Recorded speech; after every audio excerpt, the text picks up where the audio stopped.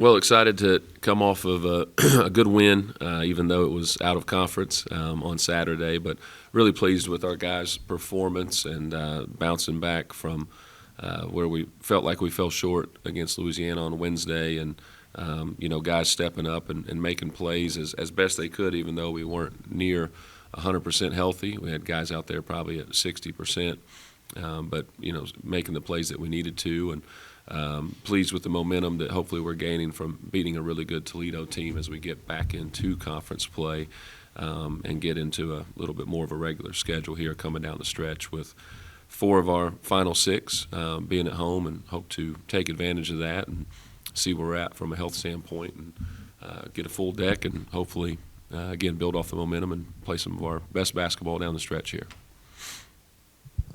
Yeah, talking about, the regular schedule and everything, when you look at the results this year, and there's never been a long winning streak, never been a long losing streak, do you see any difference in the response when you come back to practice after a game based on whether it was a win or a loss, or a close game or not, or anything like that with this group?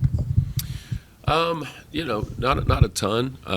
I would say I'm probably just a little bit more critical after a win with this group, just in terms of their confidence and the role that I play in controlling some of their confidence or influencing that. And so I think when we do win those games, we have an opportunity to come in. I'm a little bit more meticulous at picking out errors and things like that, because I think our sense of urgency is really good after a loss, but I think the attention to and the hunger, to want to kind of go on a winning streak is there after a win. And so this team's been great with their responses all year. They really, truly have. I know that's a big topic every time, Dave and I talk about, how's your team going to respond to this, whether it's a loss or an injury or a close win and things like that. But this group's really done a nice job of pretty much, consistently staying even keel throughout those kind of ups and downs in the season.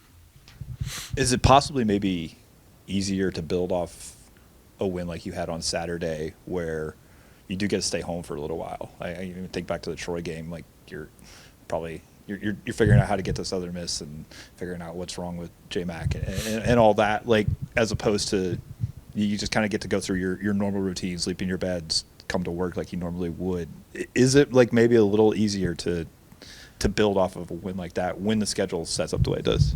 Yeah, I think so. I think just the numbers would tell you. I think every team in the country is going to have more success at home than they do on the road for the most part, and it's the comfort, the familiarity, and the confidence and things that you get, and the routine that you're able to get into when you are playing at home. And I think even for us, getting back to playing on Thursdays, I think allows you to kind of get in a better rhythm in terms of what your week looks like. You're off on Sundays, so then you could come in, and Monday can be, learn from last week, put it behind you. But in terms of your legs and things like that, then you got an opportunity to kind of stack 2 light days together, which hopefully bodes well for you going through the rest of the week. And it allows you to kind of get after it a little bit more on those Tuesday or Wednesday practices, because you were able to build up a little bit more of a normal routine. And then certainly not having to travel helps, with both of those elements to keep guys fresh and efficient with our preparation.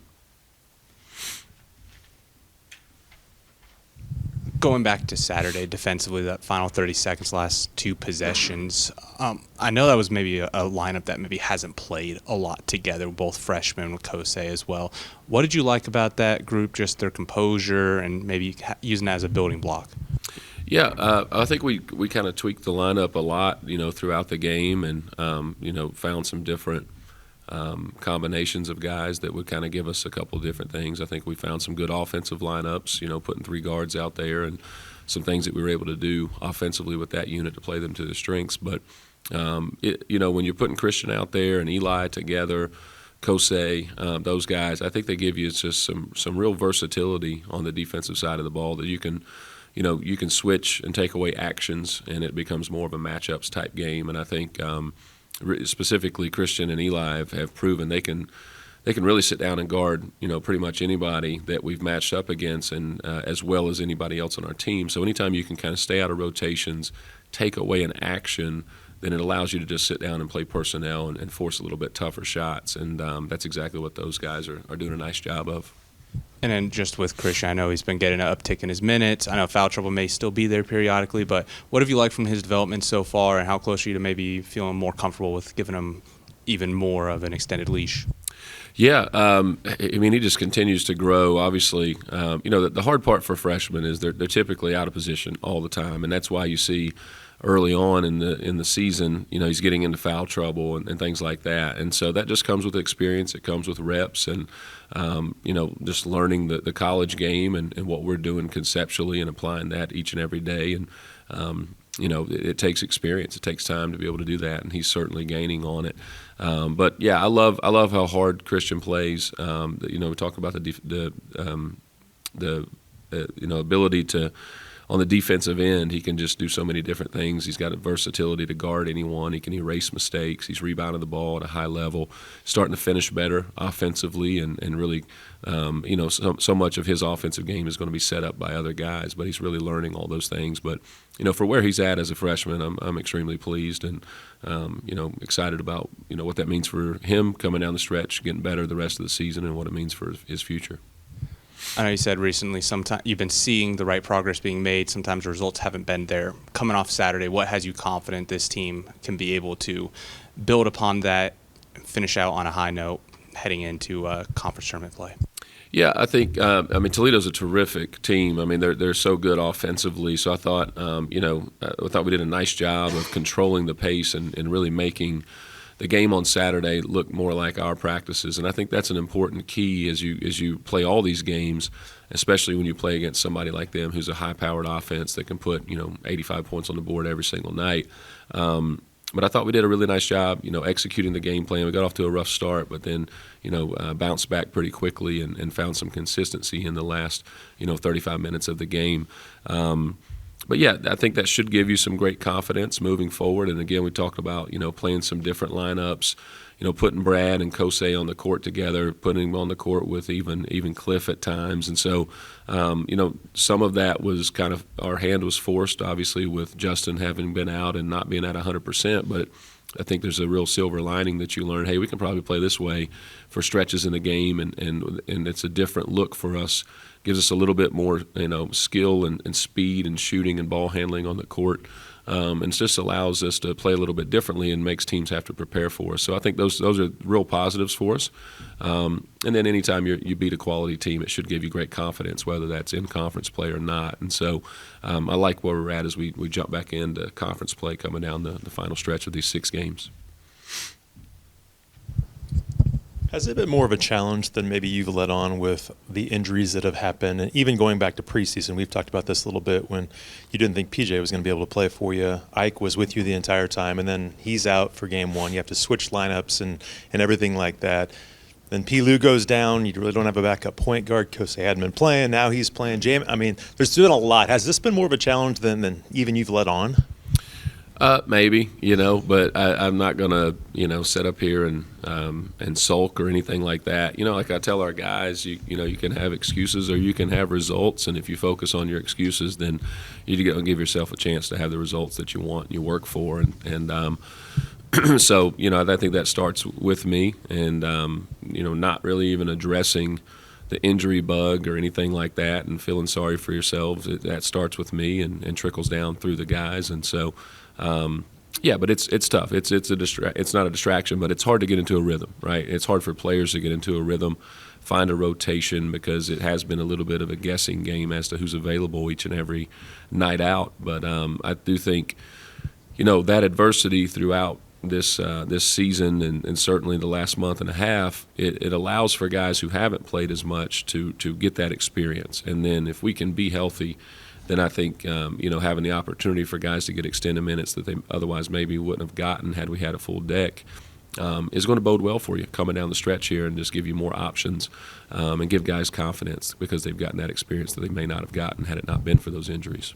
I wanted to ask about Eddie. Obviously, you've had him the entire time, and he's a guy that can do so much on the floor. I think the numbers don't always show what he can do. Has he matured and developed kind of how you were hoping he would?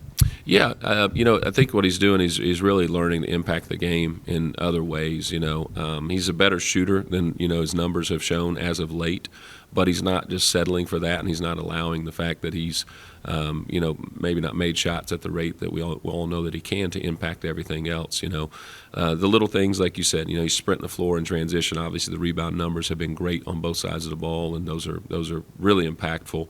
But even defensively, and the pressure that he puts on the other team, it's such a huge key that we keep teams out of transition by playing great offense and sharing the ball and having really good offensive rebound attempts, and it starts with him to do that.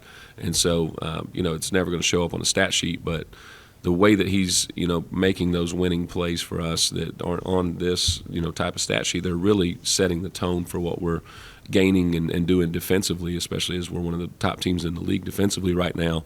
And that comes from him. He's doing a great job with all those things, and he's driving the ball. That's been huge for us for a team that doesn't have a plethora of ball handlers. You need to kind of share those responsibilities, and I think he's doing a great job of stampeding some drives, being physical, using his size, and kind of imposing his will from an athletic standpoint, and kind of making his mark on this team. Talk about Georgia State a little bit. Obviously, they've struggled a little bit here lately, but a much improved team. They were playing well early in conference play. What do you see out of them? I need to dive in a little bit more, to be honest. I was a little surprised that I haven't watched a lot of them. Obviously I'm watching other teams, and you kind of keep an eye on what they're doing, and I found, there's some similarities to what they were doing last year. But their guard play is terrific. Jelani Hamilton, I think he's leading the league in scoring right now and can beat you from literally anywhere on the court and playing with terrific confidence. They've got two guards that are, pretty dynamic that kind of set the table, and but they've proven that they can beat anybody. I mean, they very consistent with where our league is right now. It's on any given night. I think they had won 4 in a row, then they lost 4 in a row, and I was kind of taking a look at it. But you can't play the records. You can't, look at the scores or anything like that. I think they're a very good team. They're dangerous and capable of beating anyone, and they're certainly going to come in here with an edge and a hunger, having lost 4 in a row. Go back to Kosei Egbule and what he's done here recently.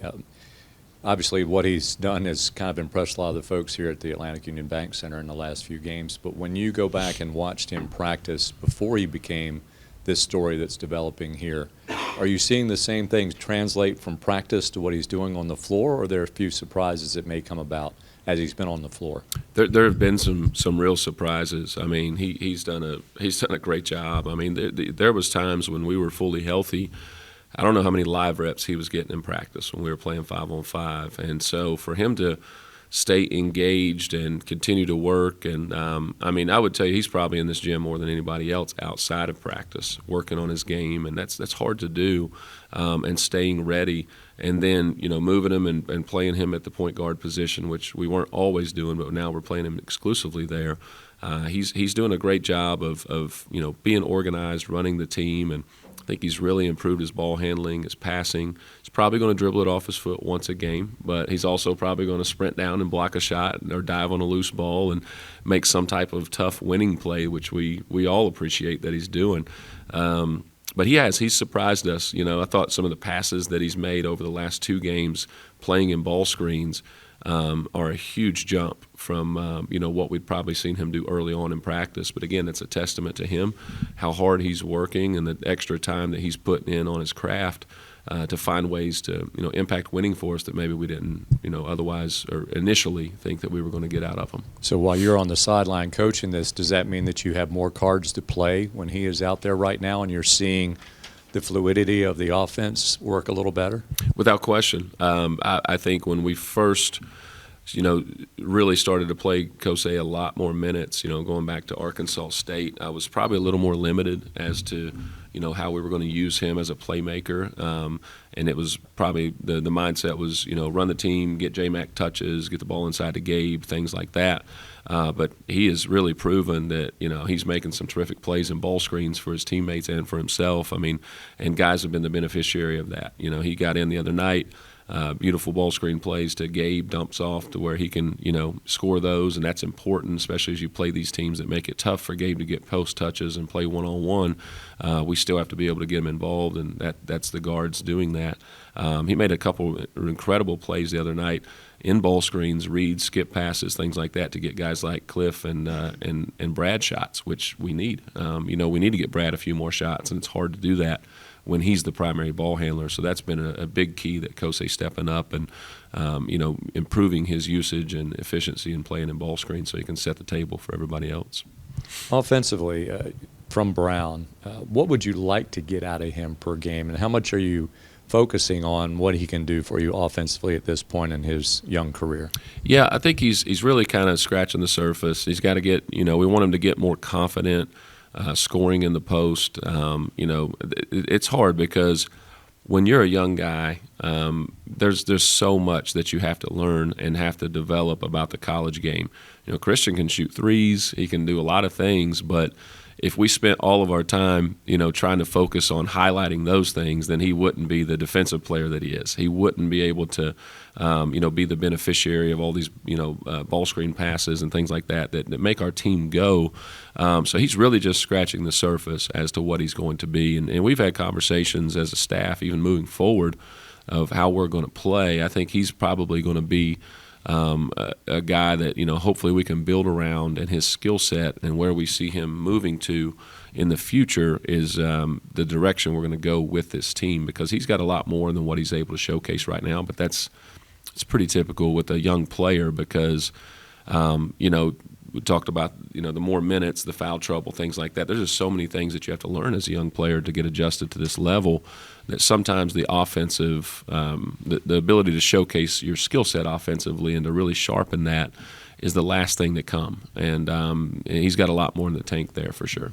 To get that patience as a head coach, I mean, you could try to force the issue with him, I guess, but when you look back at your coaching career, where was that kind of instilled in you to be patient with a player like that, to know what the potential could be, but also realize that it's going to take more than a season maybe to get to where that potential is going to start to pay dividends?